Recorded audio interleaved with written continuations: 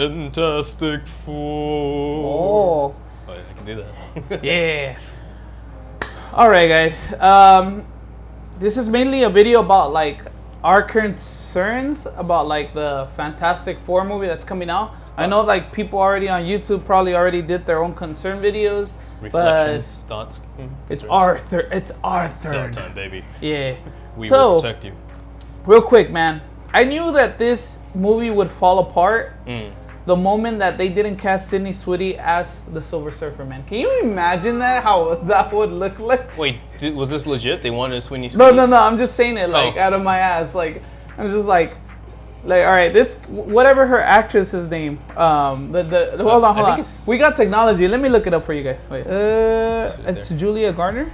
Yeah. Julia Garner. Oh, okay. As a Silver Surfer. Yeah. I thought we were talking about Wonder Woman. All right. Or So the actual actress is called Julia Garner, right? Julia and Garner. she's not as busty as Sydney Sweeney, right? And I was gonna say, yeah. all the simps would go for Sydney Sweeney, seeing her as a Silver Surfer. I was gonna say you would want Sydney Sweeney to go in a bodysuit and be this. Okay, yeah. Be the Silver Surfer.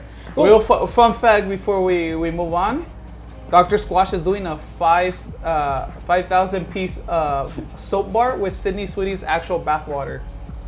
Insane. But all those people that are gonna buy those soaps will show up for Fantastic Four, though. Pretty much. Yeah. No, they're not gonna buy the soap. They're gonna eat the soap, man. Yeah, that's what's and that's called Darwinism. Yeah. But yeah. Yeah. So maybe Sydney Sweeney is a video gamer, and she does fucking do because that's the Belle Delphine shit, right? Yeah. Yeah. Okay. I would have casted Sydney Sweeney as Silver Surfer if we were gonna twist it. It would have gotten a lot of dudes in the theater, man. Pretty much. Yeah. And Anyway, that's where this all starts from. Yeah. Because sorry, if you let me have a second. Go for it. The moment they put a not male Silver Surfer, not that I have an issue about that, right? But we have history. We have.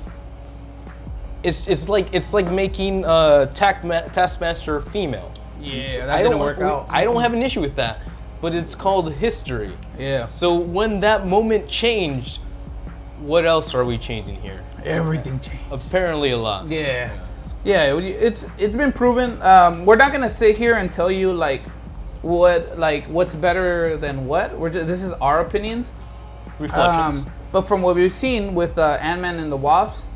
Oh no, my bad. With Quantumania. No, the freaking Black Widow movie. Yeah. They killed her in that one. Yeah, like switching some characters just doesn't work, and it looks like a lot of like people are already turned off by the Silver Surfer being a girl. Yeah. Now, some of the I guess like they screened in Los Angeles like the movie. Yeah. So they screened it for fans or whatever, and I guess like. This is a rumor, but you could find it on like the Beyond the Trailer channel. The Grace Randolph girl, the one that goes like, whatever. Like she reviews movies, right? Okay, sure.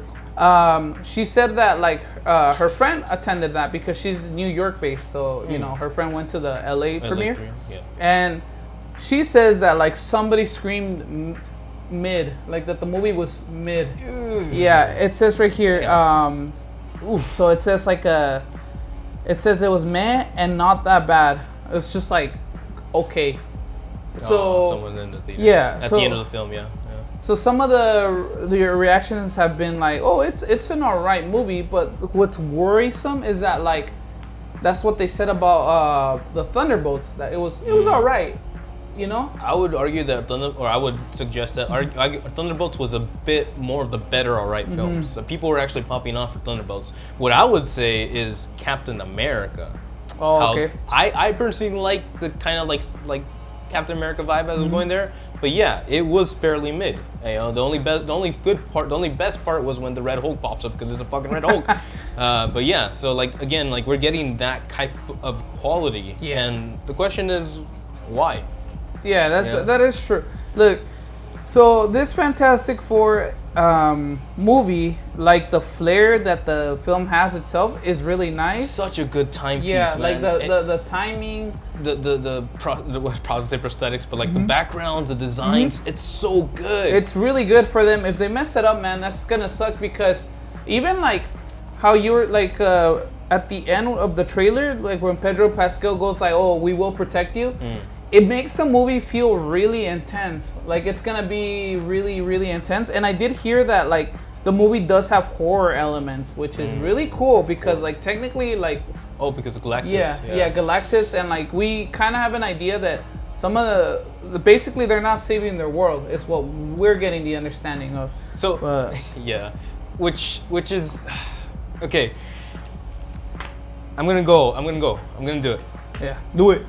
We just talked about Fire Force. Please go watch out our Fire Force episode 9 review about a positive male influence, male leadership.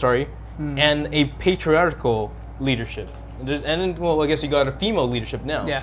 Because not that they exist separately, not that they should be, like whatever, but respected, realized, and identified. Because the moment that fucking they ask Reed Richards, "Are we gonna be okay?" And he's like, "I don't know." Oh no. What was Fantastic Four when it started? It was the original Marvel first family. Yeah. It provided a kind of not guidelines, but like a representation of a healthy, natural family. And family. For what it was at that time, it was 80s, 60s, whatever, it obviously had a certain tint to it. Yeah. But again, when you're asking yourself, what has changed in this Fantastic Four, seeing Pedro Pascal fucking flinch 3 times in the film, going like, "Oh, I don't know, we can't protect you." It's like the smartest man alive. Yeah, and it's like, and then even the scene when she's like, "Oh, Johnny goes like, you're late," and then she goes like, "What do you mean we're late?" And then Ben goes like, "You're late." Yeah. There is a timeline where Ben gets with Sue Storm. Who's Ben? Ben Grimm, the Thing. The Thing. Okay. There is a timeline where he gets into there. And there's a timeline where like, let's just say Reed Richards isn't the most competent human being mentally. And while this is all probably gonna happen, and we're gonna get into, Doomsday, Avengers Doomsday and all that, if people who knows what I'm trying to say here, but the fact that our first entry to Fantastic Four, when it looks so fucking good. Yeah, it does look good. Is this wimpy version of the family, right? And like, I get it. It's cool. Girls are awesome. I like females. A lot. I like that booty. Yeah. A lot. But it's like Lilo and Stitch. Give me my manly Silver Surfer, please. Lilo and Stitch really hit me in the head with the idea of like, oh, we're just not even like trying to put any competent male characters in movies anymore. Yeah. Because talk to anybody who's seen Lilo and Stitch, and the fucking the David character is a dumbass. Yes, he was dumb in the first movie, but he still provided a sense of comfort. He gave Lilo a surfboard ride, and there was a presence of a like, he's not the smartest guy in the room, but he cares. But he's a man. Yeah. He's a man because he cares about the family unit. Yeah. And I haven't even seen Lilo and Stitch. The protector, the guardian. And you're telling me that this Mr. Fantastic is supposed to be that representation of a like promising male leadership or even fatherhood, to the point that we're even putting the focus on Miss, not Jessica Alba, Vanessa Kirby, as, yes, I'm pregnant. If we don't save this universe, my baby's going to die. Hence, there's a female Silver Surfer that doesn't talk to Mr. Reed Richards. He talks to Mrs. Susan Storm, because Susan Storm is the one that stands up and goes like, we are the protectors of this universe. I am the protector of my baby. Yeah. Where the fuck was Reed Richards to do that for his wife? He was busy filming The Last of Us. Yeah, exactly. And that's another thing. He has so many roles at this point, pop culture roles, that it's hard to like really the cable. I don't know if you need that. It's hard to kind of really keep those in check, right? Because he's done it. He's fucking the Boba Fett guy 2.0. He's the Last of Us guy. The Last of Us He's guy. been everywhere, and that's great. But like, man, dude, he's Hollywood's darling right now. It's such a waste of a character, and I understand why they're doing it, but I don't like that they're just freaking hammering on the idea that these guys are gonna be useless. These men are useless, and we'll have to wait and see for the Ben Kruing character how that develops. Because if they're going the way I fucking think they're going, they're low key fucking promoting to cheat on your husband. Dead ass. Right. I'm not even fucking around anymore. And if that is what they're gonna be putting out there, then I'm like, whoa, man. I don't think they'll do it because again, that's a step too far, but. Lilo and Stitch really, really opened my eyes to a couple of things, and I'm just really disappointed in like how Disney is going through their stuff when we have such good properties, such good ideas. All you gotta do is copy and paste, man. That's it for Lilo and Stitch. But with passion. Yeah, with passion. But with like actually caring about the source material, not just like, you know how I got money? Here, put this in the movie. Yeah. And it's just like, bro, man, we could figure this shit out, but there's like a lot of people out there that just don't. That are just fucking AI researching what works best, and it's just like, man, all right.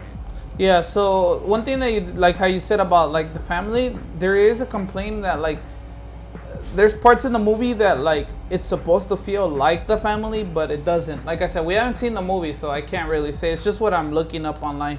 So that's one of the main concern is like that the movie feels mid, and sometimes the family doesn't feel like, I guess, family. Fantastic.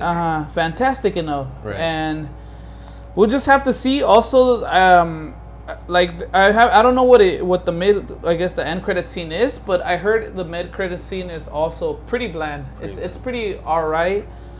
And that's all that is leaked right now so far. So yeah, it's we'll see. It'll be a shame if it doesn't do good because like the trailers, like everything looks really nice. It looks really good. Yeah, and like there's so much like money being put into this one, right? Like it's and then if these are the building blocks to get to Avengers Doomsday, you got to start off strong, man. And what really killed me, honestly, is seeing Pedro Pascal at the end go, "We will protect you." When we know that this movie is gonna end with the destruction of their fucking universe. Oh yeah. So what are you doing? You're implying that this fucking liar is gonna lie to you. Jesus fucking Christ, man. So I'll throw one last one out there. Just think of The Incredibles. Think of how that family dynamic kind of started to build, and then even taking Incredibles 2 into account if you want to, and then compare those to what Fantastic Four is going to be. Yeah, like at the end of the day. So it's a big thing. I know I went on a cool second. Sorry, thank you for letting me speak my piece. But yeah, dude, I've been sitting in those movie theaters, seeing that trailer, and just being like, I defended this film in Twitter already. I can't believe I did that. Yeah, but who knows how the movie's gonna be. Hopefully it's good. I'm still pretty interested in it. The trailers look good. It's gonna be a shame if it's bad, and I mean, if it all goes to crap, then I mean, Superman's gonna still be playing in theaters. I would be ashamed if both films were bad. It'd be stupid. I'm gonna disappoint you right now. I was defending Fantastic Four against Superman, but honestly, Superman has the stuff going for it. It's just I don't know if they can stick landing either. But like you know me, I love Superman. It's like my favorite superhero. So Batman. Even like when we would go to the movies and see like this trailer, I'd be like, oh damn, like this is actually like as good as the Superman trailer. Like I would see it and be like, damn, this is really good. So we'll see how it does. Superman, I'm not too worried because like it's basically Warner Brothers telling James Gunn, going like, hey man, you better get this right because this is it. This is it. This is all we got. Yeah, this is all we got. So I'm not too worried about it. But that's a lot of pressure though. Yeah, Marvel is like, they're really under pressure. Marvel is just like right now, like the movies have not been interesting. I haven't really got out of the way to go to the theaters besides Thunderbolts and Doctor Strange Mom. And Mom was like Doctor Strange Mom?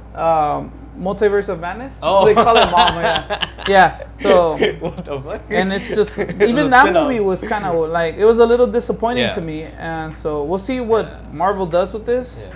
Yeah. If DC has, if Superman has if Superman has James Gunn, we're gonna let you do your thing, going for it, then I believe Marvel and Fantastic has too many cooks, too many producers being like, oh, you should do this, oh, no, this. And then it muddles the image of what the original first family, the Marvel's first family, should be. So. And that's also with the fact that like the Human Torch, he's not a player no more. He's like a nice dude, and the Silver Surfer is a girl. So they did a lot of like a good amount of switches, adjustments. Yeah. So we'll see.